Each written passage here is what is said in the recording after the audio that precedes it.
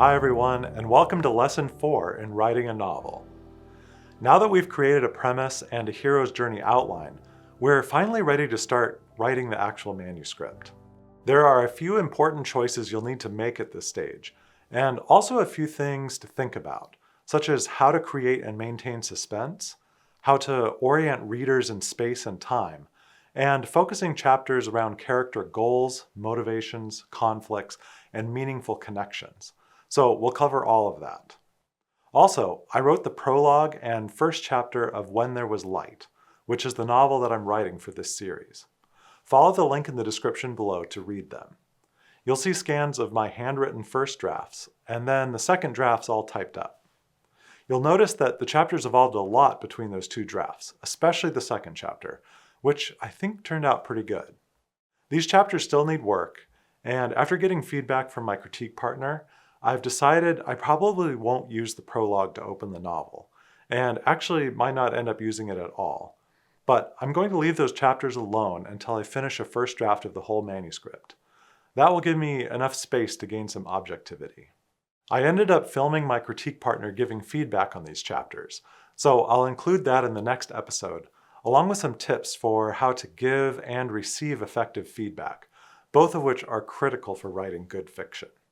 And speaking of feedback, I would love to hear what you think of the chapters in the comments. Be sure to let me know if you think the prologue should open the novel, or be used later, or maybe if it should be used at all. Okay, let's get to some theory, then I'll go through my chapters and share some insights into how they evolved and some tips along the way. There's a lot to learn when you're trying to write a novel, and one of the best ways to shorten your learning curve is by using a technique called the Field Recon, which is something I learned from an awesome professor named Timmons Assayas. You've probably read a lot of books in your life, and you'll have absorbed a lot of knowledge by doing that. But now that you want to write, it's useful to pay closer attention to how novels are written, and the Field Recon will help you do that. When you want to learn how to write something, in this case, a great first chapter, look up a list of the top 10 current best-selling novels in your genre. Then use Kindle Unlimited or go to your local bookstore or library and find those 10 books. If this is too much of a pain, just raid your own bookshelf. But you'll encounter more variety and diversity of style if you go outside of your own collection.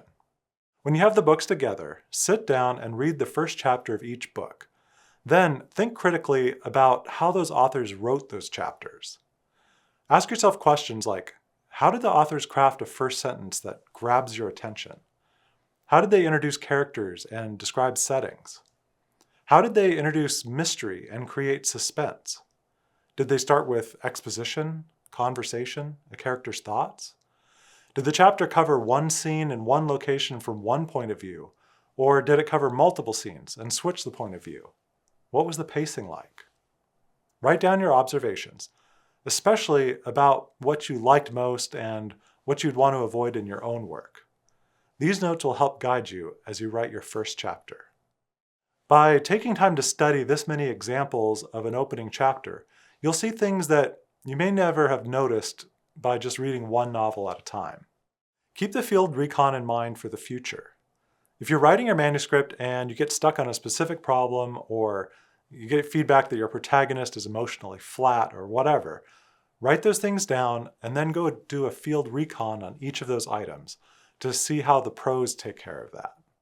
When I first started writing fiction in high school, I took this idea to the extreme. Every day for several months, I copied 1 or 2 pages from my favorite novels by hand into a notebook. Doing that forced me to slow down and really notice what the authors were doing. It also transformed my writing at the sentence and paragraph level. I found myself writing strong, lean, straightforward sentences, and I excelled in my English classes. If you struggle with the basics of writing, or aren't used to composing fiction, try copying best-selling fiction by hand for a few weeks. Doing a Field Recon will help, but there's a few ideas to keep in mind when writing your first chapter. The most important is that a chapter's primary function is to entertain the reader. Nothing else matters if it fails to entertain.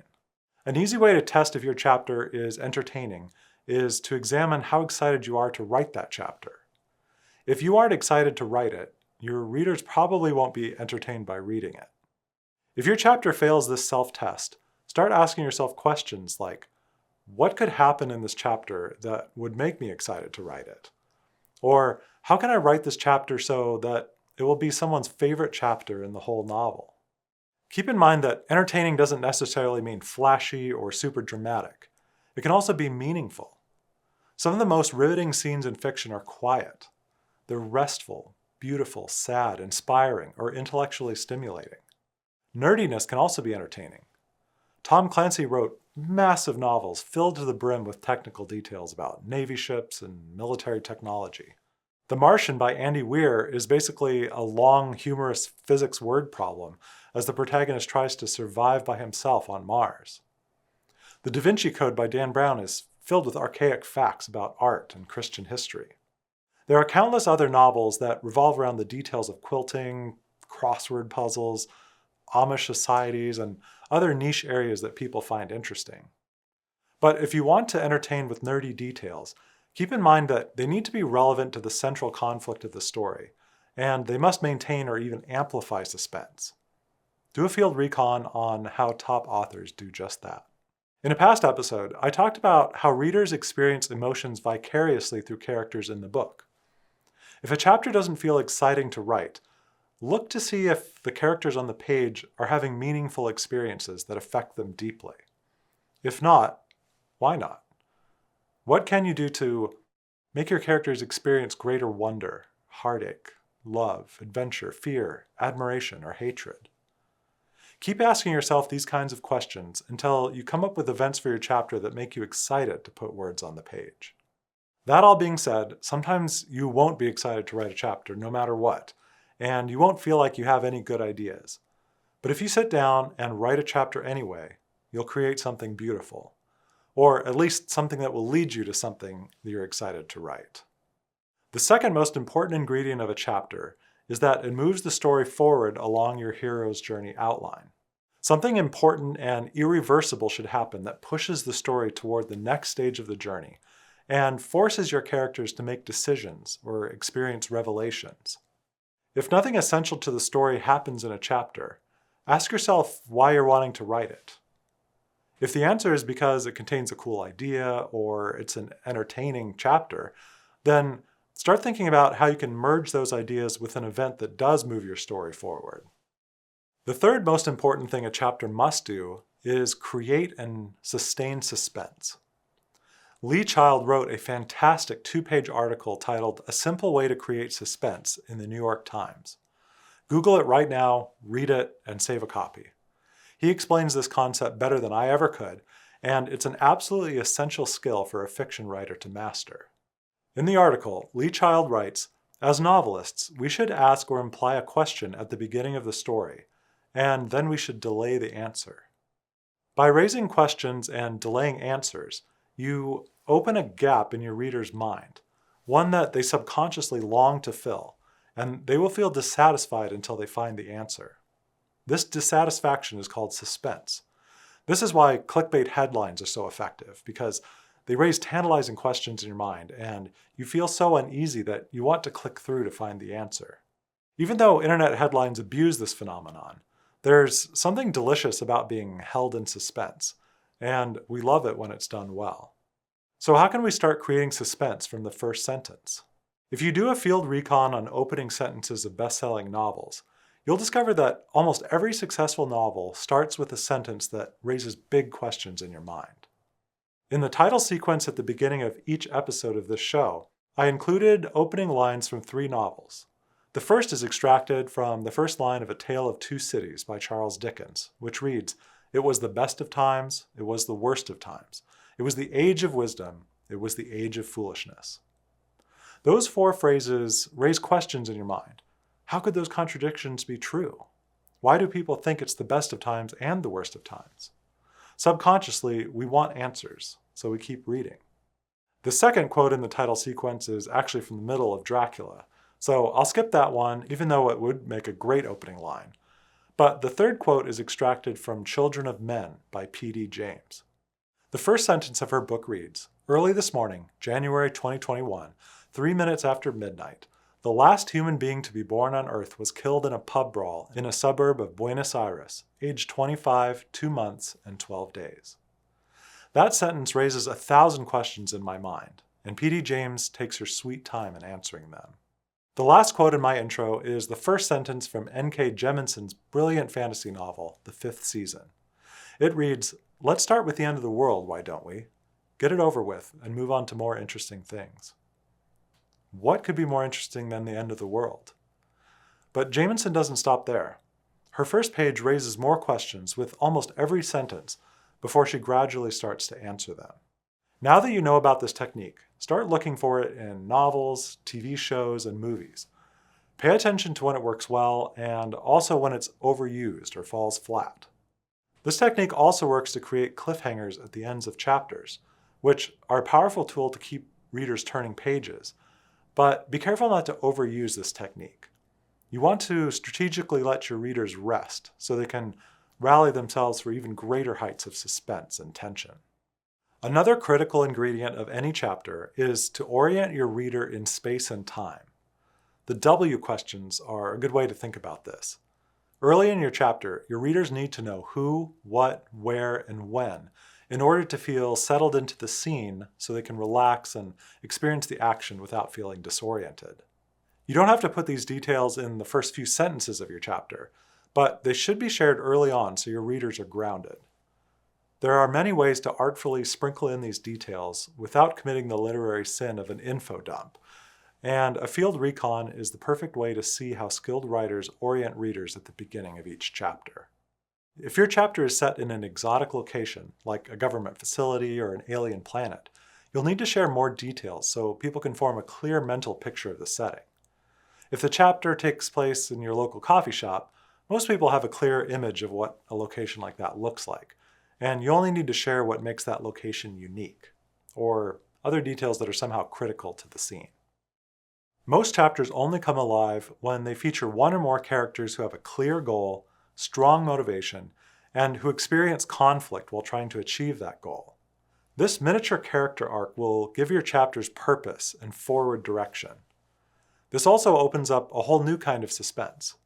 By sharing a character's goal in the scene, you'll raise the question of whether or not the character will achieve that goal. Let's look at the opening scene of the original Star Wars for an example. Princess Leia's starship comes under attack. She places the plans for the Death Star onto the droid R2-D2 and sends him to an escape pod bound for Tatooine. Then she is captured by Darth Vader, and he demands to know where she hid the plans. She refuses to tell him, and he takes her away to be interrogated and tortured. Let's look at this scene through the lens of goal, motivation, and conflict. Leia's goal is to hide the Death Star's plans and get them into the hands of the Rebel Alliance. Her motivation is to destroy the superweapon that will terrorize the galaxy, but she runs into conflict when Darth Vader and his stormtroopers show up. You'll notice that Darth Vader also has a goal and strong motivation, but they're exactly opposite to Leia's. He also faces obstacles and conflict in achieving his goals. Both of these dominant characters in the scene drive the action by pursuing their strong but conflicting goals. The concept of goal, motivation, and conflict also is a helpful way to look at larger story arcs. In my novel, the protagonist's goal is to end the alien invasion through diplomacy. Her motivation is to prevent needless death and suffering like she has experienced in her own life. And she runs into conflict when the aliens try to destroy the human race and humans get into wars with each other. If we look at it from the alien side, their goal is to cleanse the Earth of violent humans. Their motivation is that they need to live on our planet or their whole species will perish. And the conflict is that the humans refuse to go peacefully into that good night. If you want to learn more about this concept, Deborah Dixon wrote a great craft book titled GMC, Goal, Motivation, and Conflict. It also dives into a lot of other helpful craft advice. As important as GMC is to storytelling, there's another important ingredient that's often overlooked, and that's meaningful connection between characters. Think about your favorite stories, the books you've read over and over again throughout your life. Why are those books your favorite? Is it the conflicts between characters that hold a special place in your heart? I think you'll find that the most meaningful and memorable moments in fiction come from deep, self-sacrificing connection between characters. In Les Miserables, Jean Valjean gets out of jail and asks for shelter at a church. The bishop lets him stay, and then Jean Valjean steals his silverware in the middle of the night. After he gets arrested, the bishop tells the police that he gave the silverware to the ex-con. This beautiful act of connection early in the book forever changes Jean Valjean, and he becomes an honest man. In the Lord of the Rings trilogy, there are many touching moments of connection throughout, leading to an emotional climax at the end of the series, when Aragorn tells the hobbits that they kneel to no one, and he and the entire crowd takes a knee in appreciation for what the hobbits did.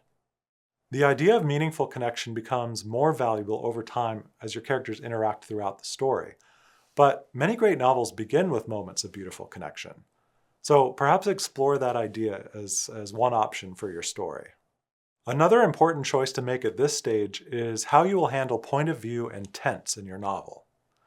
I believe the majority of current fiction is written in a third-person point of view in the past tense, but the first-person point of view is also popular, and you can find some novels written in present tense. Another option that's becoming more popular is to write the protagonist's POV in first person and any other characters in third person, which is actually how I wrote my last novel. There are other POVs and tenses, but if you're new to fiction writing, I strongly recommend writing in third or first person point of view and in the past tense. If you aren't familiar with these concepts, spend some time reading about each one before deciding which combination is best for your story. I've decided to write When There Was Light in a limited third-person POV that will switch between multiple characters, and I'll write in the past tense. Now that we have an outline and some chapter-level theory to work with, it's time to start writing. When it comes to actually putting words on the page, there is a formula that's helpful to keep in mind. Ass plus chair plus time equals more words written. If you want to get writing done, that's the only way to do it. You need to show up and give writing time, ideally every day to keep the flow going. This can feel difficult to do. We would all love a 2-hour block of uninterrupted time every day to focus on our writing. And it's tempting to feel like we can't write a novel because we don't have that luxury. We long for conditions to be ideal before we work on our art. What I've found is that writers who finish novels don't look for excuses why they can't get writing done. Instead, they ask, what can I do? Maybe it's only 20 minutes in the morning, or 15 minutes at lunch, plus an hour in the mornings on the weekends. Try not to get in the habit of saying, I can't write because. Instead, get into the habit of asking yourself, what can I do? Once you've made the commitment to give time to your writing, it's helpful to think about how to make the act of writing as pleasant and romantic as possible. The best advice I've ever heard about this is from Neil Gaiman. Like many writers, he finds writing difficult, which makes it easy to latch onto distractions as a way to avoid writing. He also feels like having to write something puts too much pressure on the process. His solution to these problems is to go somewhere pleasant for a predetermined amount of time, take his pen and a notebook, and while he's there, he doesn't have to write anything, but he's not allowed to do anything else. He can't look at his phone, he can't talk to people, he can't read. It's writing or nothing at all. He says that the only thing worse than writing is to do absolutely nothing. So after a while, he finds himself opening the notebook and saying, well, I'm here, I might as well write something. Some days he writes a lot, sometimes only a little.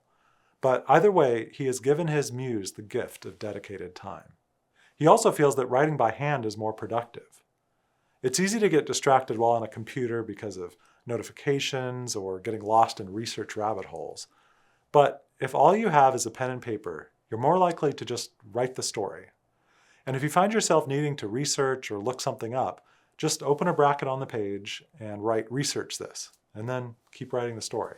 Another advantage to writing by hand is that you won't be tempted to immediately fix what you've just written. You'll write a sentence and think, oh, that could be better. And on a computer, you might fiddle with it for a couple of minutes.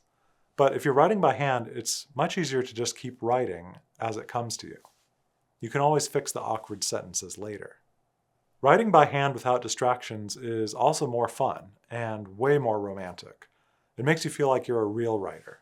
I like to write by hand using my little collection of fountain pens and ball pens that are like custom milled metal, and it's an analog and delightful experience.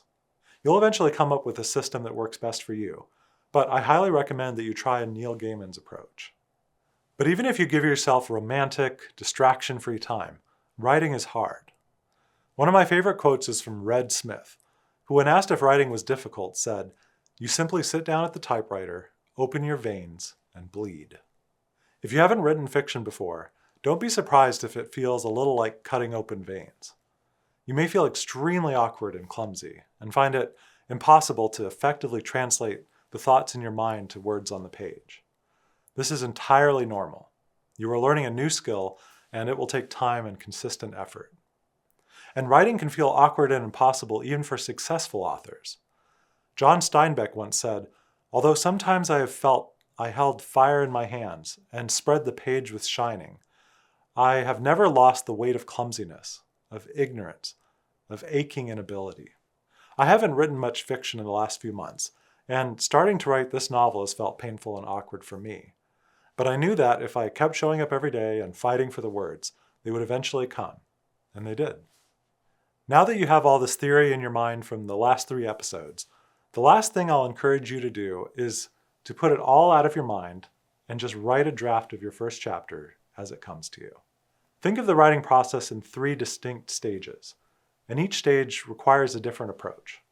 Stage 1 is planning. To plan effectively, you'll want to use an equal mix of your analytical brain, your creative brain, and theory such as the hero's journey to outline your story. Stage 2 is writing prose. To write effectively, you'll want to ask your analytical brain to stand aside for a moment so you can take dictation from your muse. This will feel weird, especially if you like feeling in control. Your analytical brain will feel threatened, and it will rear its head to criticize the words coming from your muse. Your job is to gently remind that analytical part of your brain that it will get to be in charge of rewriting the book, and that you're going to have fun dancing with your muse for a little while.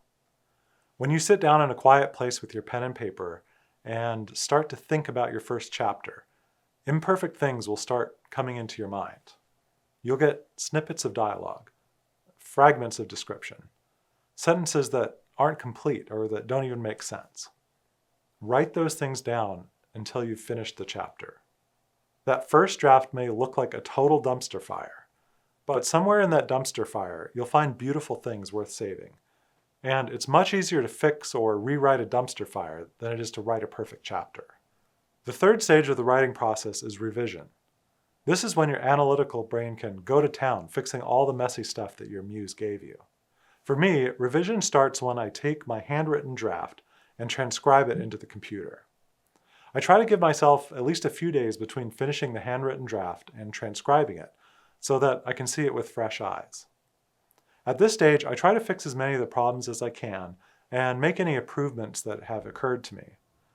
But I'm not worried about ending up with a perfect draft.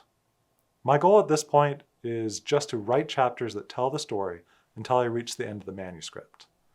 At that point, I will put my analytical brain to full use and start deeper revisions. And by the time I reach that point, I will have spent months away from these pages. That separation will allow me to return to this part of the story with much greater objectivity. Okay, that's enough theory. Now, go forth and write. And please share in the comments below how it goes. Also, don't be afraid to ask in the comment section for ideas, advice, or resources. I'll do my best to reply to comments, and I hope all of you help each other out as you go along. I'm going to spend a few minutes going through my opening chapters. I'll share how I put the theory we just learned into practice, and talk about how my ideas came together to form those chapters. You might find it instructive, so feel free to stick around if you want to get into the weeds. If you haven't read the chapters yet, go read them now. The link is in the description below. By the way, feel free to share your observations, suggestions, and questions about the chapters in the comments. For my first scene, I thought it would be fun to dramatize when Fermi came up with what has become known as the Fermi paradox. The Fermi paradox states that if there are billions of planets out there that could harbor life, why haven't we discovered aliens yet? Since this is an actual historical event, I started by reading the recollections of each person who was present. Once I felt I had a firm grasp on what happened, I started thinking through all the theory that we just discussed. Theory tells us that the most important thing a chapter can do is entertain. But I quickly learned that the actual historical event was pretty boring. Enrico Fermi, Edward Teller, Herbert York, and Emil Konopinski went to lunch, discussed faster-than-light travel and the probability that aliens had evolved elsewhere in the galaxy. And then Fermi wondered, where are all the aliens? How could I spice up this event? It has been said that, when writing a chapter, you should start with people, not the weather. This is because if you dig deep enough, human beings are always entertaining. Any individual human is full of quirks, longings, fears, and the other ingredients of drama. If you write honestly about a character, it will be entertaining. So, I read about everyone in the scene, trying to find anything juicy that I could use. And when reading about Edward Teller, I discovered a quote from Isidore Rabi, another Manhattan Project physicist and Nobel laureate. He said that Edward Teller's obsession with building the hydrogen bomb made him one of the most dangerous men alive, and that it would have been a better world without Teller. Yikes. Imagine a Nobel laureate saying that about you. It turns out that Emil Konopinski worked closely with Edward Teller and was helping him with the hydrogen bomb project. So I got the idea to write the chapter from Konopinski's point of view, reveal that he loves Edward Teller as a colleague and a friend, and is haunted by being called out for working with the most dangerous man alive. This idea felt like it added emotional weight to what was otherwise a pretty trivial scene. It also made me excited to write the scene, which means it passed the entertainment test, at least for me. Next, I wanted to start creating and maintaining suspense by raising questions and delaying their answers. That starts with a great opening line. After thinking about it for a couple of days, I was in the shower and the idea came to me that Emil Konopinski was happiest with the men who ripped open the gates of hell. That strong imagery and the paradox of being happiest while working on monstrous things, that felt like a good place to start. I got out of the shower and hand-wrote several iterations of that idea. They were all bad. Flimsy, too many useless words, vague, just bad. But I kept rewriting it until I arrived at the current opening sentence. Emil Konopinski felt happiest with the men who stole fire from the gods and unleashed it on the earth. I think this is a pretty good opening line. There isn't any useless words. It contains powerful imagery from the myth of Prometheus, which permeates modern culture. Unfortunately, Prometheus has been used quite a bit to describe the people who created nuclear weapons. So my opening line isn't brilliantly original, but I still love it. The opening line makes you wonder who these men are, which starts creating suspense. I continue creating suspense 2 paragraphs down by saying that the men are back at Los Alamos to create something far more deadly than the nuclear bomb. In the next paragraph, I create even more suspense by saying that Emil Konopinski loves each of the men, even Edward Teller. This implies that there's something unlovable about Teller, and the reader will wonder what that is. The rest of the chapter came together pretty easily once those ideas were worked out, so I won't spend time analyzing the rest of it. The second chapter is a much more traditional opening of a sci-fi thriller. It's set in the stark and unique landscape of Svalbard, Norway, and weird stuff is going to happen. That reminds me of a good rule of thumb when writing thrillers, or any novel for that matter. Try to set your scenes in locations that already contain natural drama. Svalbard is above the Arctic Circle. There are 3,000 polar bears on the island. The weather is harsh. There's a doomsday seed vault that looks like a space artifact. What dramatic places would be relevant to your story? Try setting your scenes there. They don't have to be somewhere exotic. A boardroom or a classroom can be filled with drama. But even asking the question will help you think of more interesting potential settings that will make your novel a lot more fun to write and therefore to read. My initial idea for this novel was that the aliens would come down and steal all the seeds from the vault. Okay, so how can we take that idea and turn it into a dramatic chapter? My first instinct is to write about people, because people are interesting. So, what kind of people would be at the Svalbard seed vault when aliens show up? I did some research and discovered that the vault only opens 3 times per year, so countries can either add or remove seeds. It seemed unlikely that the aliens would show up on one of those 3 days, so I tried to think of other possibilities. Eventually, the idea came to me that 2 PhD students get permission to study seed preservation at the vault. Perfect. Grad students are people. People are interesting. I want readers to care about them, so I gave them strong desires. They went all the way to the Arctic to study seeds, which shows how much they care for their education and for the planet. They treasure the magic of the Northern Lights. They're also a bit flirty, implying that there could be a future together, which is endearing. All of these things add to their human value, which helps the reader become invested in their story. From the first line, I start building suspense. Why is she focusing on her survival? Why would the stars warp and shimmer? I delay answering those questions. Another concern is orienting the readers in space and time, so I try to describe the uniqueness of the landscape. You'll also notice a particular focus on the quality of light throughout this chapter as well as the first chapter. This is very intentional. Since the title is When There Was Light, I've decided to lean into that theme, hopefully without being too obvious. The next section of the chapter that might be helpful to talk about is when it switches to the point of view of the security guards. I did this because I wanted the readers to know that aliens were busting into the seed vault before the students knew that. This setup, where the reader knows something that the characters don't, is known as dramatic irony, and it can make a scene far more gripping. If you know that aliens are coming for the students, but the students don't know, you'll be on the edge of your seat wondering what will happen. In my scene the way it is right now, the dramatic irony doesn't last long because the guards call the students and tell them what's happening, but I'm trying to think of a way to extend the dramatic irony. Perhaps the aliens cut power just after the guard calls, so he's only able to say a couple of words before the vault's Wi-Fi goes dead and the lights flip off. But if that happens, I don't know how the students would get into the main vault. But I'll try to think of a way to fix that problem. Suggestions are welcome. The final thing I'll talk about is the kinds of research to include in your scenes.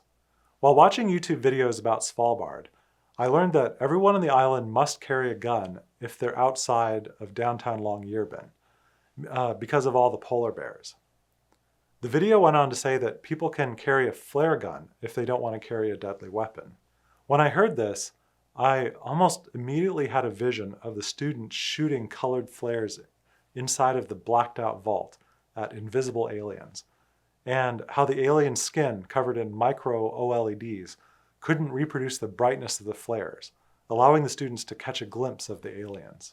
And then I remembered that I was trying to lean into the theme of light. This convergence of ideas made me so excited to write this chapter, and discovering just that little fact led to some very dramatic imagery in the climax of the chapter. This is a good example of how research can serve the drama in your story. There was a lot of details I learned about Svalbard and the seed vault that I didn't end up including because they weren't vital to the scene. As you're going about your research, try to resist the temptation to include things just because you found them interesting.